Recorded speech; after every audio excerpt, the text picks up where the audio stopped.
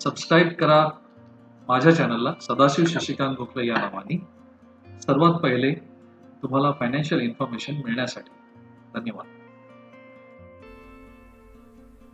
नमस्कार सगळ्यांना. आजचा जो टॉपिक आहे तो आहे circuit filters in equity markets आणि प्री ओपनिंग आणि पोस्ट मार्केट आवर्स नक्की मार्केट्समध्ये काय होतं. मग आपल्याला जर ते जाणून घ्यायचं असेल तर आपण काय करूया, एक स्लाइड प्रेझेंटेशन पहिले गो थ्रू करूया आणि नंतर त्याचे ठराविक ॲस्पेक्ट्स आपण लक्षात घेऊया.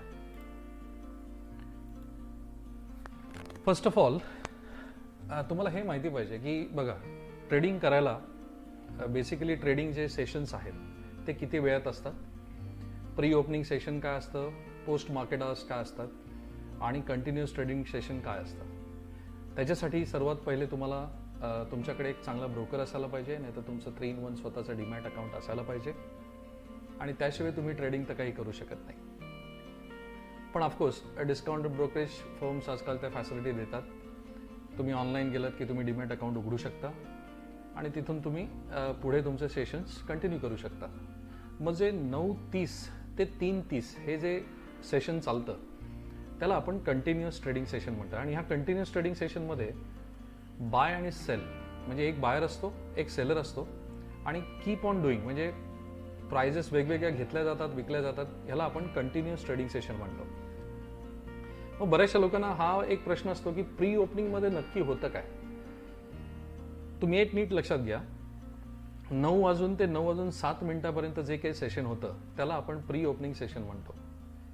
म्हणजे काय की फॉर एक्झाम्पल उद्या समजा एखाद्या कंपनीचे क्वार्टरली रिझल्ट्स आहेत आणि तुम्हाला एक्सपेक्टेड रिझल्ट्स खूप चांगले आहेत आणि तुम्हाला असं एक्सपेक्टेड आहे की तो स्टॉक खूप वरती जाणार आहे आणि सडनली त्याच्यात एक 5% मूव्ह येणार किंवा 6% मूव्ह येणार आणि तुम्हाला तो चान्स आफ्टर मार्केट आवर्स मिळत नाही आहे. म्हणजे 3:30 नंतर बऱ्याचशा लोकांना बाय किंवा सेल त्याच्यामध्ये काही करता येत नाही.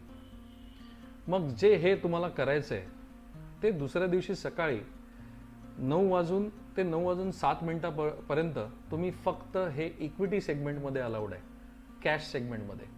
ह्याच्यात FNO सेगमेंट येत नाही, याच्यात म्हणजे फ्युचर्स तर येत नाही आणि ऑप्शन तर त्याहून येत नाही. फक्त कॅश सेगमेंटमध्ये तुम्ही मार्केट ऑर्डर्स डायरेक्टली प्लेस करू शकता, बाय ऑर्डर्स प्लेस करू शकता, सेल ऑर्डर्स प्लेस करू शकता 9 ते 9:07 म्हणजे ज्यांच्याकडे मोठी ट्रेडिंग क्वांटिटी आहे त्यांना ती फॅसिलिटी प्री ओपनमध्ये सुद्धा मिळते.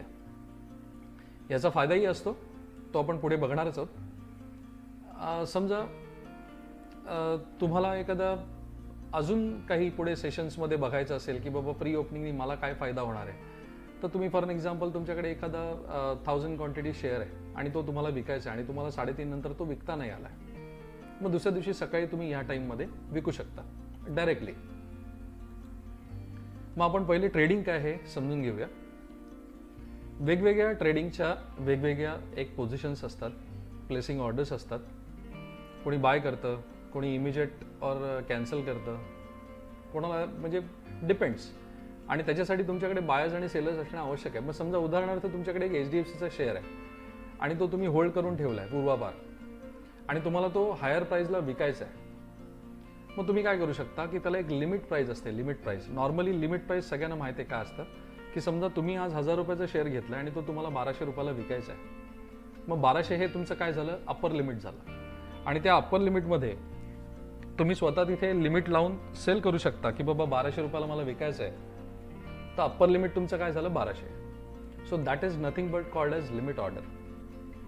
तसंच जे कोणी सेलर्स आहेत आणि फॉर एक्झाम्पल कोणी सेल केलेला आहे आणि त्याला लोअर लिमिटमध्ये बाय करायचं असेल तर तो लोअर लिमिट्सला बाय करू शकतो. त्या सगळ्यांना आपण लिमिट ऑर्डर्स असं म्हणतो. नॉर्मली मार्केट ऑर्डर्स जे काही आहेत हे ट्रेडर्स यूज करतात. ट्रेडर्स जे स्किल ट्रेडर्स असतात ते direct market orders traders use करतात. म्हणजे काय, आत्ताचा जो स्टॉक चालला आहे त्याची काहीही प्राईस असो, 120 असो, 130 असो, त्याला घ्यायचं आणि विकायचं आहे, घ्यायचं आणि विकायचं असं त्याला करायचं असतं. आणि म्हणून मार्केट ऑर्डर्स एक वेगळा प्रकार आहे, लिमिट ऑर्डर एक वेगळा प्रकार आहे. मार्केट ऑर्डर्स त्यानेच करावं ज्याला एक्सपिरियन्स आहे. कारण बऱ्याचदा असं होतं की काही स्टॉक इलिक्विड असतात, त्याच्यामध्ये व्हॉल्यूम कमी असतो आणि समजा तुम्ही एखादी मार्केट ऑर्डर टाकलीत तुम्हाला टाकायची होती 120ला, पण सडनली सेलर त्याच्यात अवेलेबल आहे 150ला, तर तुम्हाला तो 150ला सुद्धा मिळू शकेल. त्यामुळे मार्केट ऑर्डर्सला जी available last trading price higher साईडला आहे त्याला आपण मार्केट ऑर्डर असं म्हणतो. मग price at which seller is available and the buyer is also available, त्याला जो काही डिफरन्स असतो त्याला आपण इम्पॅक्ट कॉस्ट म्हणतो. मग बऱ्याचदा जे लोक मार्केट ऑर्डर प्लेस करतात त्यांना कॉस्ट जास्ती लागते, म्हणजे एखादा स्टॉक जर स्वस्तात असेल तो त्यांना महागात मिळतो. It just because they have place the market order. अजून एक प्रकार आहे ज्याला आपण good for the day order म्हणतो. म्हणजे नॉर्मली हे तिन्ही सेशन साठी अवेलेबल आहे गुड फॉर द डे.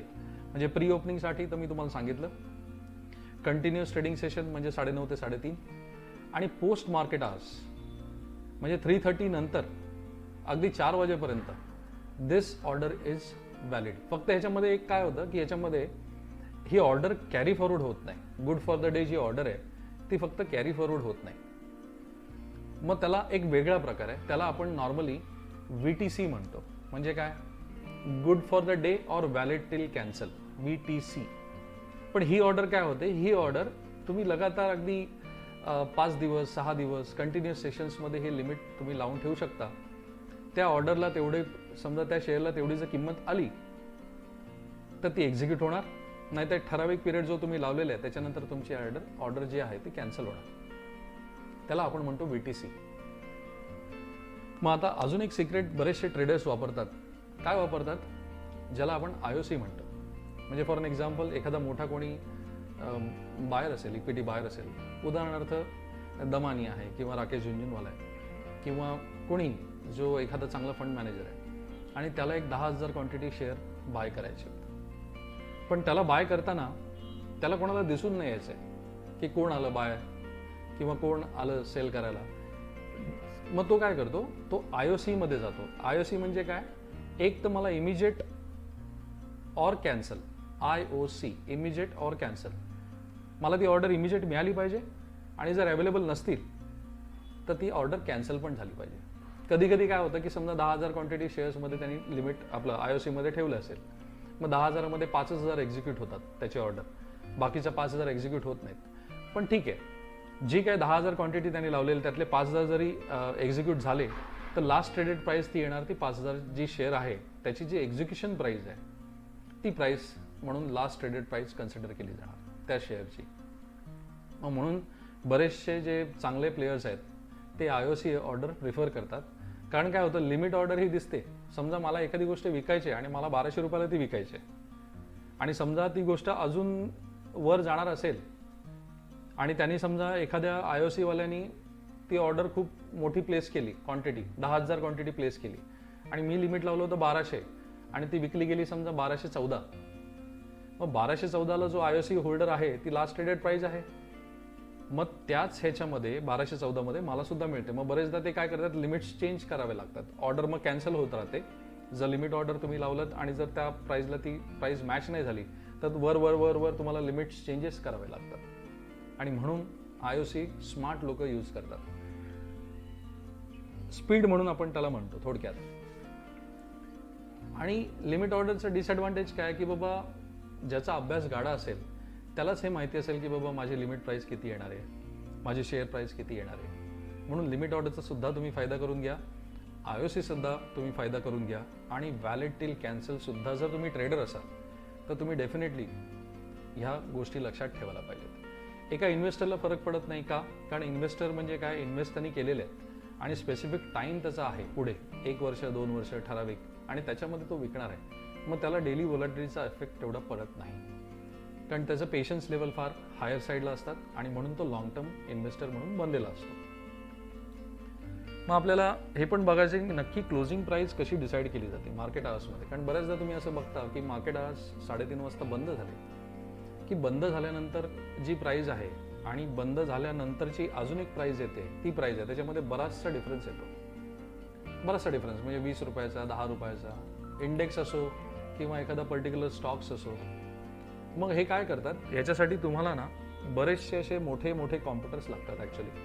आणि हे एखाद्या एक्सचेंजचं काम आहे की जी लास्ट ट्रेडेड प्राइस आहे, जी मार्केट आवर्स जी बंद झालेली जी प्राइस आहे त्याला सेटल प्राइस आपण म्हणतो, ते वेटेड ॲव्हरेज प्राईसनुसार कॅल्क्युलेट केली जाते. म्हणजे काय, शेवटच्या अर्ध्या तासामध्ये जेवढे पण बाय झाले आणि जेवढे पण सेल झाले, तो जो कॉम्प्युटर असतो एक्सचेंजमधला तो ऑटोमॅटिक तो टॅली करतो आणि ती प्राईस एक्सचेंज डिसाईड करते की बाबा नाही, आता ही बंद झालेली जी प्राईस आहे ही हीच प्राईस आहे. आणि म्हणून तुम्हाला प्राइजेसमध्ये मार्केट आवर्स बंद झाल्यावर कदाचित डिफरन्सेस दिसतात, कारण ती सेटल्ड प्राईस आपण जे म्हणतो, ज्याला आफ्टर मार्केट आवर्स क्लोज झाल्यानंतरची जी प्राईस आहे त्याला आपण सेटल्ड प्राईस म्हणतो. मग अजून त्याच्यात एक गोष्ट काय करता येते की बऱ्याचशा लोकांना जे सकाळचे शेअर ज्यांना प्री ओपनिंगमध्ये विकता नाही आले, ते पोस्ट मार्केट आवर्समध्ये कॅश सेगमेंटमध्ये विकू शकतात. पोस्ट मार्केट आवर्समध्ये म्हणजे पोस्ट मार्केट आवर्स कधी आहे, 3:30 नंतर. म्हणजे फॉर एक्झाम्पल नेक्स्ट 20 मिनिट्समध्ये हे सगळं झालं पाहिजे, लक्षात घ्या. 3:30 नंतर किती, 3:40 अगदी तुमचे पुढचे 4 वाजेपर्यंत तुम्ही सेल करू शकता, तुम्ही बाय करू शकता. फक्त कॅन्सल नाही तुम्हाला करतायत, मॉडिफाय नाही करतायत त्याच्यामध्ये, हे लक्षात घ्या. पण ती कॅश सेगमेंटमध्ये ऑर्डर तुम्हाला अवेलेबल असते. म्हणून modification is allowed only either execution, म्हणजे जे एक्झिक्युशन झालेलं आहे तुमचं कसलं, बाय आणि सेलचं. आणि म्हणून पोस्ट मार्केट ऑर्डर्समध्ये जर कोणी सकाळी विकला गेलेला नसेल एखाद्याचा शेअर, तर नक्की तो दुपारी 3:30 किंवा 4 वाजेपर्यंत तो कॅश सेगमेंटमध्ये विकू शकतो. मग आता महत्त्वाचा भाग आहे, बऱ्याचशा लोकांना म्हणजे आपण जेव्हा ट्रेड करतो तेव्हा त्यांना हे माहीत नसतं की मार्केटमध्ये व्होलॅटिलिटी किती आहे. से फॉर एक्झाम्पल उद्या इलेक्शन आहे भारतामध्ये किंवा भारताच्या बाहेर अमेरिकेमध्ये. चला, डोनाल्ड ट्रम्प आणि बायडन आता त्यांचं सध्या चालू आहे डिस्कशन. मग त्याच्यामध्ये निवडून कोण येणार हे अनप्रेडिक्टेबल आहे. काही जण त्यातनं प्रेडिक्शन करायला सुद्धा बघतात. मग अशा वेळेला काय होतं की खूप एक तर मार्केट वर जाऊ शकतं किंवा खूप एक तर मार्केट खाली जाऊ शकतं, ज्याला आपण व्होलॅटिलिटी म्हणतो, वर आणि खाली. मग त्याची एक रेंज जी आहे ना, ती आपल्या एक्सचेंजने डिसाईड केलेली असते प्रत्येक स्टॉकसाठी किंवा प्रत्येक इंडेक्ससाठी. से फॉर एक्झाम्पल निफ्टी हा इंडेक्स आहे, सेन्सेक्स हा एक इंडेक्स आहे. निफ्टी समजा मार्केट ओपन होताच 5%, 10% वरती गेला इंडेक्स, तर इमिजिएटली अप्पर सर्किट लॉक होतं. मग अप्पर सर्किटचं लिमिट काय, इंडेक्स असो व स्टॉक्स असो, इनिशियलची जी काही सर्किट ऑर्डर आहे ते 10% आहे. म्हणजे फॉर एक्झाम्पल स्टॉक जर 10% मूव्ह झाला आणि त्याचं कारण काही नसेल, नॉमिनल असेल, समजा रिझल्ट ओरिएंटेड असेल, काही असेल, तर NSE काय करते, म्हणजे एक्सचेंज काय करतं की इमिजिएटली 2 मिनिटातच ट्रेड वापस चालू करते. म्हणजे काय, जरी 10% तो वर गेला तर 2 मिनिटं कदाचित ते ब्लॉक होईल ऑर्डर टेम्पररी, पण 2 मिनिटांतर नॉर्मल रिझन असेल तर परत त्याच्यामध्ये मुवमेंट व्हायला सुरुवात होईल. मग नेक्स्ट लिमिट जे असतं ते परत 5% असतं सर्किटचं. ओपन झाल्या 10% वर झाला, नॉर्मल होतं म्हणून अजून तो 5% वर गेला, मग परत एकदा तुम्हाला अप्पर सर्किट लागताना दिसेल. मग हे अप्पर सर्किट लागलं म्हणजे 10% आधी, 5% नंतर. जर हे 2 वाजायच्या आत झालं असेल, दुपारी 2 वाजायच्या आत झालं असेल, तर अजून एकदा 5%चा सर्किटचा चान्स असतो. म्हणजे टोटल एका दिवसामध्ये 20% हे लिमिट आहे अप्पर सर्किटसाठी ॲज वेल ॲज लोअर सर्किटसाठी सुद्धा. आता मला काय म्हणायचं ते नीट लक्षात घ्या.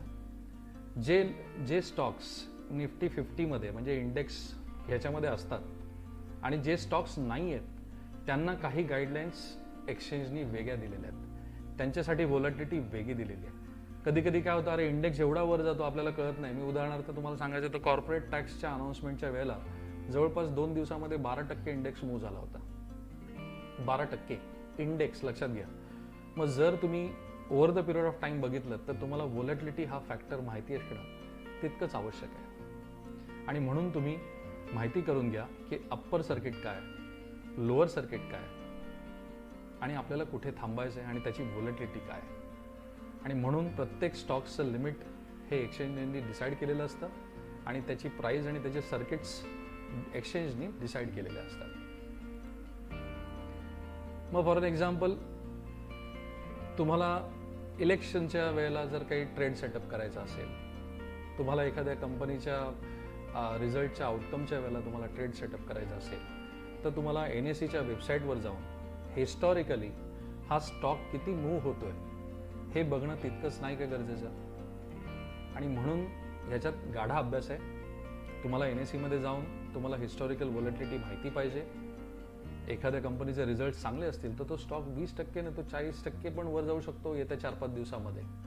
मग अशा वेळेला नॉर्मली मग काय करते की बाबा एक्सेसिव्ह अप्पर सर्किट कधीही हिट झालं म्हणजे 20% तर मार्केट तिथेच लॉक केलं जातं. मार्केट मग काही उघडत नाही. त्याच्यानंतर काही मार्केट्समध्ये वर्कआउट होत नाही.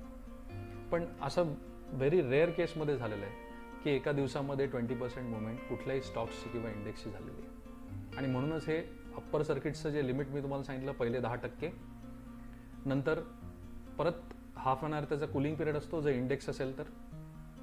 जर नॉमिनल काही प्रॉब्लेम्स नसतील आणि स्टॉक्स असेच वाढले असतील तर इमिजिएटली 2 मिनिटामध्ये NSE मधलं जे काही स्टॉक्स नसतील 2 मिनिटामध्ये त्याचं सर्किट काढलं जातं. पण इंडेक्स असेल तर हाफ अन आवर त्याचा कुलिंग पिरियड दिलेला असतो. परत हाफ अन आवर नंतर काय होतं 5%ची अप्पर मुवमेंट तुम्हाला दिलेली असते. आणि ते सगळं हे जे काही चाललंय त्याच्यात 2 वाजेच्या आधी हे सगळं होत असेल तर त्याच्यानंतर सुद्धा एक हाफ अन आवरचं कुलिंग सेशन घेऊन 5%ची मुवमेंटसाठी सर्किट दिलेलं असतं. आणि म्हणून अप्पर सर्किट्स आणि लोअर सर्किट्स इज क्रुशियली इम्पॉर्टंट. आणि ही सगळी जी काही थेरी आहे त्या फिनॉमिनलला आपण प्राइस बँड म्हणतो. आणि म्हणून तुम्हाला प्राइस बँड माहिती असणं हे तितकंच गरजेचं आहे. तुम्ही NSEच्या वेबसाईटवर जा आणि तिथे तुम्हाला हे सगळे डिटेल्स बघायला मिळतील.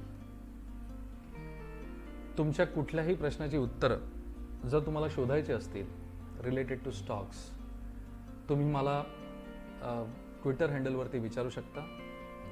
तुम्ही मला मेसेज करू शकता. माझा मोबाईल नंबर आहे. तुम्ही मला यूट्यूबवरती कमेंट्समध्ये विचारू शकता. माझा हा जर व्हिडिओ तुम्हाला आवडला असेल तर कृपया माझ्या चॅनलला सबस्क्राईब करा. तुम्ही कमेंटसुद्धा करा आणि आवडला तर तुम्ही अजून लोकांपर्यंत शेअर करा. धन्यवाद.